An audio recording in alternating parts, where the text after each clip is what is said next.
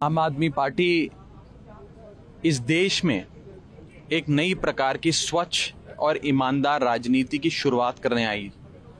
अरविंद केजरीवाल जी जो आम आदमी पार्टी के संस्थापक हैं, हमारे राष्ट्रीय संयोजक हैं, उन्होंने इस देश में एक वैकल्पिक राजनीति की स्थापना करी, जिस वैकल्पिक राजनीति के चलते आज एक केजरीवाल मॉडल ऑफ गवर्नेंस का जन्म दिल्ली में हुआ। 18 लाख बच्चों का भविष्य बदलकर, बढ़िया से बढ़िया स्कूल शिक्षा देकर दिल्ली की गरीब जनता का उद्धार अरविंद केजरीवाल जी ने किया। बढ़िया स्वास्थ्य सेवाएं देकर सबको मुफ्त इलाज, बढ़िया दवा, बढ़िया ऑपरेशन, सारी चीजें, सारी स्वास्थ्य सुविधाएं दिल्ली की 2 करोड़ आबादी को अरविंद केजरीवाल जी ने दी। बढ़िया वेलफेयर स्कीम्स लाई और एक Kejriwal model of governance Delhi को दिया, जिसमें आपको मुफ्त बिजली मिलती है, मुफ्त पानी मिलता है, पावर कट नहीं होते और एक आम आदमी के जीवन में, रोजमर्रा के जीवन में जो समस्याएं आती हैं, उन समस्याओं से आम आदमी को निजात दिलाई। ये शायद भारतीय जनता पार्टी को गवारा नहीं था। 3 बार दिल्ली में अरविंद केजरीवाल जी ने बीजेपी को धूल चटाई, फिर पंजाब में जाकर धूल चटाई, अब अन्य राज्यों में हमारा विस्तार हो रहा है। आम आदमी पार्टी राष्ट्रीय पार्टी बन गई। आम आदमी पार्टी जिस रफ्तार से आगे बढ़ रही है, इस रफ्तार से आज तक आज़ाद भारत के इतिहास में कोई पार्टी नहीं बढ़ी। ये शायद भारतीय जनता पार्टी के लोगों से हजम नहीं हुआ। इसके चलते आज तमाम एजेंसियां, ईडी, सीबीआई को छोड़ दिया है कि अरविंद केजरीवाल और आम आदमी पार्टी को खत्म किया जाए। मुद्दा कोई भ्रष्टाचार या कोई अलेज्ड स्कैम में जांच करना नहीं है। मुद्दा है जांच एजेंसियों का इस्तेमाल कर पार्टी को और अरविंद केजरीवाल को खत्म करना है। अरविंद केजरीवाल के तमाम करीबी साथियों को पकड़ के जेल में डालना है। अब आप सोचिए, अगर अरविंद केजरीवाल जी जेल चले गए, अगर अरविंद केजरीवाल जी को इन लोगों ने बंद कर दिया, तो आम आदमी पार्टी का क्या भविष्य होगा?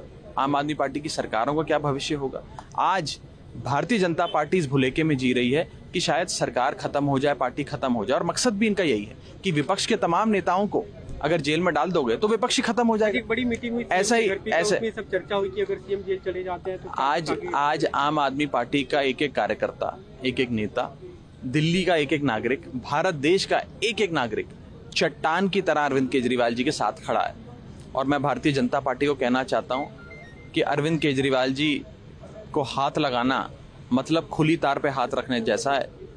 440 वोल्ट का करंट लगेगा अगर अरविंद केजरीवाल जी को हाथ लगाओगे। और दूसरी चीज मैं आपको बता दूं,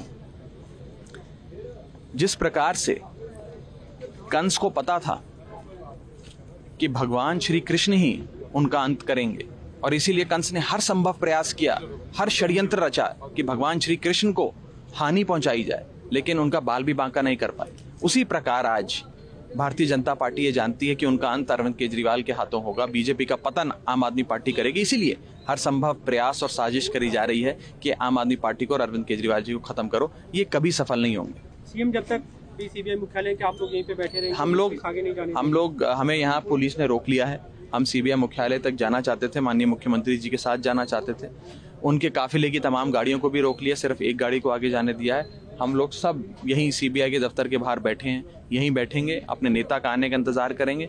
और मैं भारतीय जनता पार्टी को एक हिदायत देना चाहता हूँ, बिन मांगी सलाह देना चाहता हूँ कि ईडी सीबीआई का प्रयोग उन लोगों पे करो जो शायद इन एजेंसियों के नोटिसों से डरते हो, जो इन रेडों से, सर्च सीजर से, जेल से डरते हो। आम आदमी पार्टी के नेता आंदोलन की कोख से जन्मे लोग हैं। हम लोगों ने सड़कों पे लाठियां खाई हैं, वाटर कैनन सही हैं, कई बार जेल गए हैं, तो हम लोग जेल से नहीं डरते।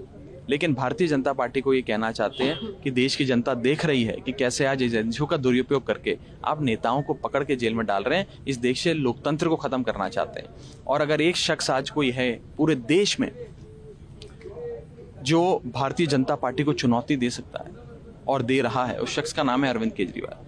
ये बात शायद भारतीय जनता पार्टी को हजम नहीं हो रही है, इसीलिए वो हमें आज खत्म करने के लिए हर संभव प्रयास कर रहे हैं। जब हमारी पंजाब में सरकार नहीं थी तब ईडी सीबीआई के मुकदमे भी नहीं थे।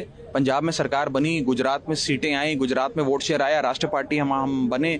उसके बाद जिस प्रकार से आम आदमी पार्टी विस्तार कर रही है पूरे देश भर में, ये डर इन्हें सता रहा है और इसीलिए आज ईडी सीबीआई का प्रयोग हो रहा है। मैं अंत में बस इतना ही कहूंगा कि जब देश में 1970 के दशक में आपातकाल लगा था, इंदिरा गांधी जी उस समय की प्रधानमंत्री होती थी, उन्होंने इमरजेंसी लागू करी थी। उस समय वो एक कानून लाई थी, MISA, maintenance of internal security act, और उस कानून के अंदर बड़े ड्रकोनियन प्रावधान डालकर तमाम विपक्ष के नेताओं को पकड़ पकड़ के जेल में बंद किया गया था और विपक्ष को समाप्त कर दिया गया था, क्योंकि इस विपक्ष के सारे नेता जेल में थे। तो जब विपक्ष होगा ही नहीं तो चुनाव क्या होगा, लोकतंत्र क्या होगा, एक ही पार्टी की सरकार चलेगी। अब मीसा कानून तो नहीं रहा इस देश में, लेकिन ईडी सीबीआई ले आए हैं प्रधानमंत्री मोदी जी और बीजेपी, और इस ईडी सीबीआई का प्रयोग करके तमाम विपक्ष के नेताओं को जेल में डालकर लोकतंत्र खत्म करने का, चुनावी प्रक्रिया खत्म करने की एक कोशिश की जा रही है। ये लोग इस कोशिश में कभी सफल नहीं होंगे। देश की जनता हमारे साथ खड़ी है, दिल्ली के लोग हमारे साथ खड़े हैं।